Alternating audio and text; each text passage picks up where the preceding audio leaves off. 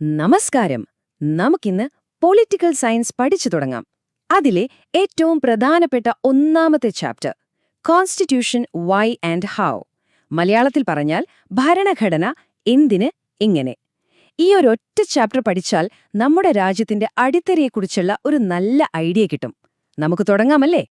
Okay, അപ്പോൾ ഈ chapter നമ്മൾ എങ്ങനെയാ പഠിക്കാൻ പോകുന്നതെന്ന് നോക്കാം. ഈ 6 ടോപ്പിക്കുകളായിട്ടാണ് നമ്മളിത് കവർ ചെയ്യുന്നത്. ഇങ്ങനെ സ്റ്റെപ്പായി പോകുമ്പോൾ നിങ്ങൾക്ക് കാര്യങ്ങൾ ഓർഡറിൽ മനസ്സിലാക്കാനും പരീക്ഷയ്ക്ക് ഓർത്തെടുക്കാനും ഭയങ്കര എളുപ്പമായിരിക്കും. അപ്പോ നമ്മുടെ ആദ്യത്തെ ചോദ്യം ഇതാണ്: എന്തിനാണ് നമുക്കൊരു ഭരണഘടന? ഭരണഘടന അല്ലെങ്കിൽ കോൺസ്റ്റിറ്റ്യൂഷൻ എന്നു കേൾക്കുമ്പോൾ തന്നെ എന്താ ഓർമ്മ വരുന്നത്? ഒരു വലിയ നിയമപുസ്തകം അല്ലേ? ശരിയാണ്. പക്ഷെ അത് എന്താണെന്ന് വിശദമായി പഠിക്കുന്നതിന് മുൻപ് നമുക്ക് എന്തിനാണ് അതിന്റെ ആവശ്യം എന്ന് മനസ്സിലാക്കണം.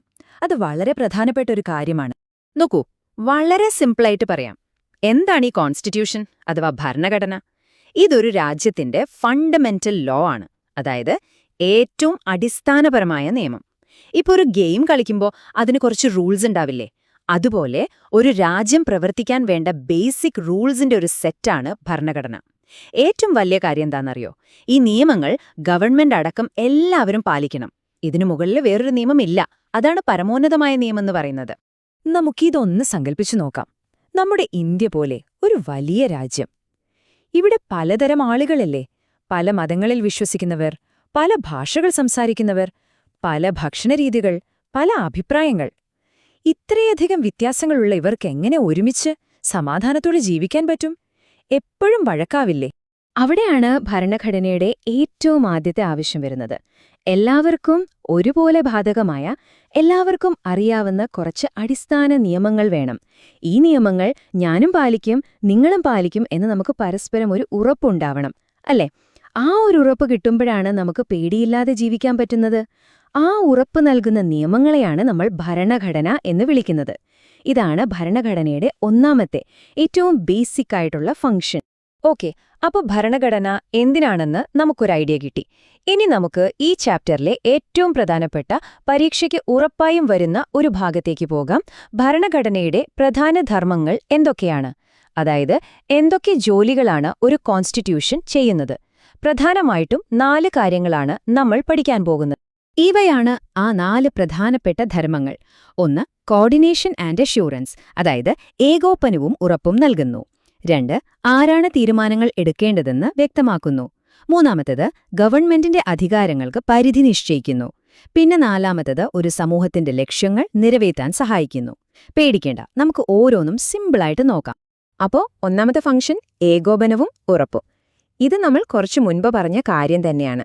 പലതരം ആളുകൾക്ക് ഒരുമിച്ച് പ്രശ്നങ്ങളില്ലാതെ ജീവിക്കണമെങ്കിൽ കുറച്ച് ബേസിക് റൂൾസ് വേണം. ആ റൂൾസ് നൽകുന്നത് ഭരണഘടനയാണ്. അതോടൊപ്പം ഈ നിയമങ്ങൾ എല്ലാവരും അനുസരിക്കുമെന്ന് ഒരു ഉറപ്പും ഭരണഘടന തരുന്നു. അതാണതിന്റെ ആദ്യത്തെ ജോലി. ഇനി രണ്ടാമത്തെ ജോലി. നിയമങ്ങളൊക്കെ വേണമെന്ന് നമ്മൾ പറഞ്ഞു. പക്ഷേ ആരാണ് ഈ നിയമങ്ങൾ ഉണ്ടാക്കുന്നത്? ആര് തീരുമാനങ്ങളെടുക്കും? അതിനൊരു വ്യക്തത വേണ്ടേ? അതാണ് ഭരണഘടനയുടെ രണ്ടാമത്തെ ഫംഗ്ഷൻ. നമ്മുടെ രാജ്യത്ത് നിയമങ്ങൾ ഉണ്ടാക്കാനുള്ള അധികാരം ആർക്കാണ്? പാർലമെന്റിനാണ്. ഇതെവിടെയാ പറയുന്നത്? ഭരണഘടനയിലാണ്. അതുപോലെ ഒരു ഗവൺമെന്റ് എങ്ങനെയാണ് ഉണ്ടാകേണ്ടതെന്നും ഭരണഘടന കൃത്യമായി പറഞ്ഞുവെച്ചിട്ടുണ്ട്. അടുത്തത് മൂന്നാമത്തെ പോയിന്റ്. ഇത് വളരെ വളരെ പ്രധാനപ്പെട്ട ഒന്നാണ്. ഗവൺമെന്റിന് അധികാരം കിട്ടിയെന്ന് വെച്ച് അവർക്ക് എന്തും ചെയ്യാൻ പറ്റുമോ? ഇല്ല.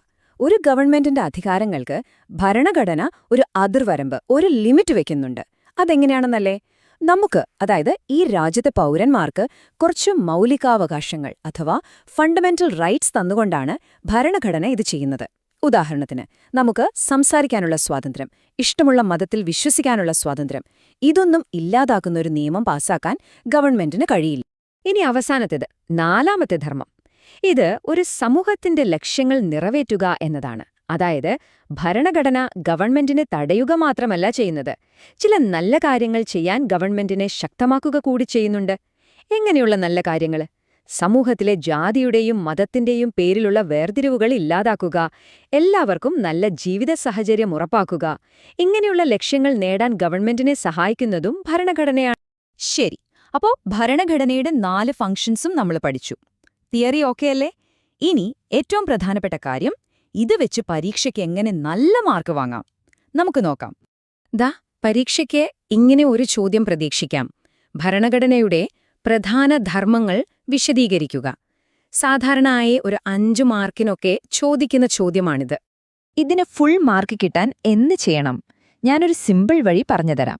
ആദ്യം ഭരണഘടന എന്താണെന്ന് നമ്മൾ പഠിച്ച ആ ഒരു സിമ്പിൾ ഡെഫിനിഷൻ ഒറ്റ വരിയിൽ എഴുതുക. എന്നിട്ട് നമ്മൾ പഠിച്ച 4 ഫംഗ്ഷൻസും നമ്പറിട്ട് പോയിന്റായി എഴുതുക.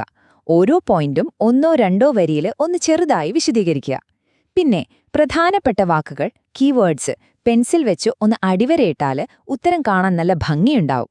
ഇങ്ങനെ എഴുതിയാൽ ഉറപ്പായി നിങ്ങൾക്ക് ഫുൾ മാർക്ക് കിട്ടും. അപ്പോ ഭരണഘടനയുടെ ജോലികൾ എന്തൊക്കെയാണെന്ന് നമ്മൾ കണ്ടു. ഇനി നമ്മൾ നോക്കാൻ പോകുന്നത് നമ്മുടെ ഈ ഇന്ത്യൻ ഭരണഘടന എങ്ങനെയാണ് ഉണ്ടാക്കിയതെന്നാണ്. അതിനു പിന്നിലെ വലിയൊരു കഥയുണ്ട്. അതിലെ ചില പ്രധാനപ്പെട്ട പരീക്ഷയ്ക്ക് വേണ്ട കാര്യങ്ങൾ നമുക്ക് വേഗം നോക്കാം. അപ്പോ നമ്മുടെ ഭരണഘടന എഴുതിയുണ്ടാക്കിയത് ഭരണഘടനാ നിർമ്മാണ സഭ അഥവാ കോൺസ്റ്റിറ്റ്യുവന്റ് അസംബ്ലി എന്നു പറയുന്ന ഒരു വലിയ സമിതിയാണ്. അവരുടെ യാത്ര തുടങ്ങുന്നത് 1946 ഡിസംബറിലാണ്. പിന്നീട് ഇന്ത്യ-പാകിസ്ഥാൻ വിഭജനം കഴിഞ്ഞ ശേഷം 1947 ഓഗസ്റ്റിൽ സഭ വീണ്ടും കൂടി. ഒരുപാട് ചർച്ചകൾക്കും സംവാദങ്ങൾക്കും ശേഷം 1949 നവംബർ 26-ന് അവർ ഭരണഘടനയ്ക്ക് അംഗീകാരം നൽകി. എന്നിട്ട് കൃത്യമായി 1950 ജനുവരി 26-ന് നമ്മൾ റിപ്പബ്ലിക് ഡേ ആയി ആഘോഷിക്കുന്ന ആ ദിവസം ഭരണഘടന നമ്മുടെ രാജ്യത്ത് നിലവിൽ വന്നു.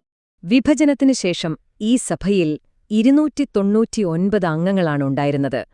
ഈ 299 പേർ എന്ന് പറയുന്നത് രാജ്യത്തിന്റെ പല ഭാഗങ്ങളിൽ നിന്നുമുള്ള ഏറ്റവും അറിവുള്ള, കഴിവുള്ള നേതാക്കന്മാരായിരുന്നു. അവരാണ് ഒത്തൊരുമിച്ച് നമ്മുടെ ഭരണഘടന എഴുതിയുണ്ടാക്കിയത്. ഇതൊരു ചെറിയ ജോലിയായിരുന്നില്ല. എത്ര സമയമെടുത്തെന്നറിയാമോ ഇത് പൂർത്തിയാക്കാൻ? 2 വർഷം, 11 മാസം, പിന്നെ കുറച്ച് ദിവസങ്ങൾ കൂടി. അതായത് ഏകദേശം 3 വർഷം. ഈ കാലയളവിൽ 166 ദിവസം അവർ ഒരുമിച്ചിരുന്ന് ചർച്ചകൾ നടത്തി. ഇതിൽ നിന്ന് തന്നെ നമുക്ക് മനസ്സിലാക്കാം എത്രത്തോളം ആലോചിച്ചും ശ്രദ്ധിച്ചുമാണ് നമ്മുടെ ഭരണഘടന അവർ തയ്യാറാക്കിയതെന്ന്.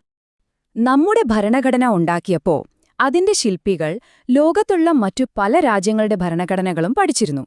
എന്നിട്ട് അതിലെ നല്ല ആശയങ്ങൾ നമ്മുടെ ഭരണഘടനയിലേക്കും എടുത്തു. പക്ഷേ അത് വെറുതെ കോപ്പിയടിക്കുകയായിരുന്നില്ല. നമ്മുടെ ഇന്ത്യൻ സാഹചര്യങ്ങൾക്ക് ചേരുന്ന രീതിയിൽ മാറ്റങ്ങൾ വരുത്തിയാണ് എടുത്തത്. ഈ കാണുന്ന ടേബിള് പരീക്ഷയ്ക്ക് വളരെ ഇമ്പോർട്ടന്റ് ആണ്.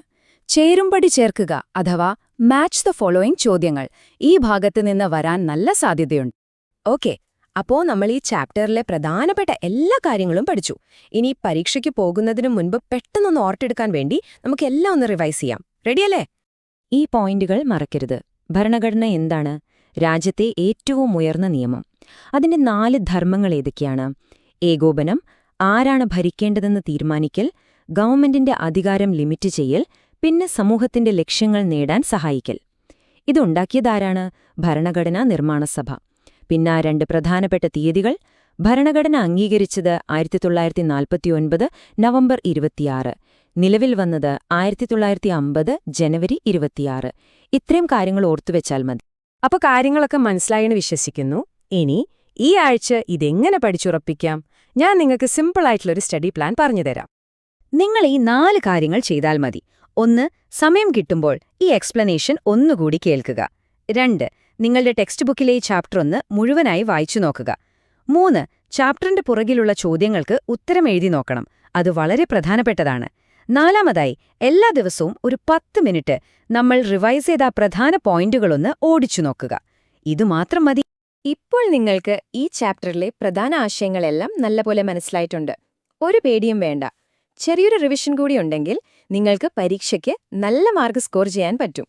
നിങ്ങൾക്കെല്ലാവർക്കും എന്റെ എല്ലാവിധ ആശംസകളും.